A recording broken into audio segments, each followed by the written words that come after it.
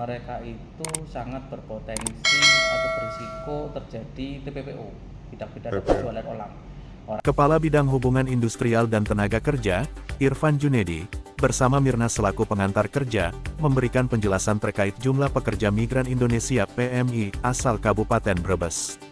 Hingga Juni tahun 2024, tercatat sebanyak 3.462 pekerja migran asal Brebes tersebar di sejumlah negara penempatan, termasuk Korea, Malaysia, Taiwan, Polandia, dan beberapa negara Eropa lainnya.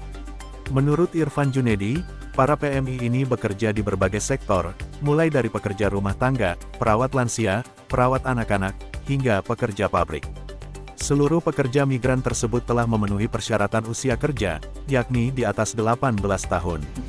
Untuk sampai dengan Juni untuk tahun 2024 semester 1 itu tercatat di kami sebanyak 3.462 pekerja migran Indonesia yang bekerja di negara penempatan ada kurang lebih 8 atau 10 malah 10 di negara penempatan, ada di Korea, ada di Malaysia, ada di Taiwan, ada di Polandia dan beberapa negara Eropa lainnya.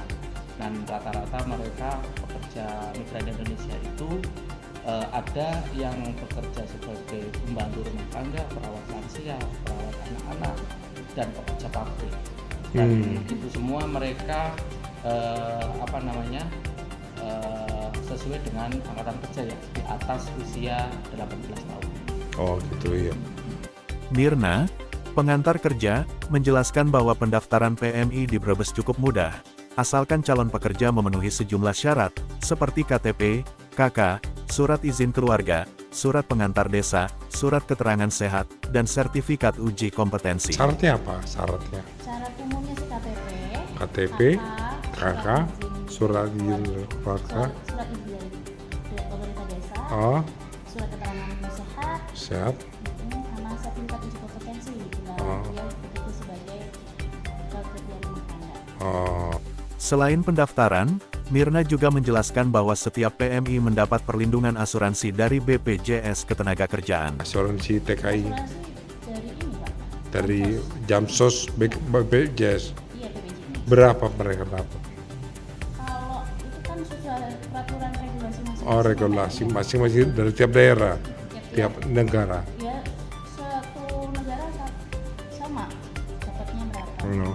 Kalau sakit di-cover oleh BPJS, kalau kecelakaan kerja juga di-cover BPJS ya. Kalau sakit di luar negeri juga sama.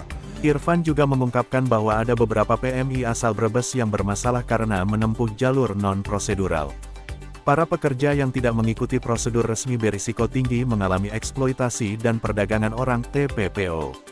Ia mencontohkan kasus seorang PMI asal Brebes yang dipulangkan dari Malaysia dalam kondisi sakit setelah bekerja tanpa prosedur yang sah. Untuk pekerja migran yang melakukan prosesnya itu ilegal, mungkin karena ketidaktahuan, karena kepingin cepat dan sebagainya. Padahal itu menjadi bumerang. Ya, ketika non prosedural mereka itu sangat berpotensi atau berisiko terjadi TPPO, tindak pidana penjualan orang.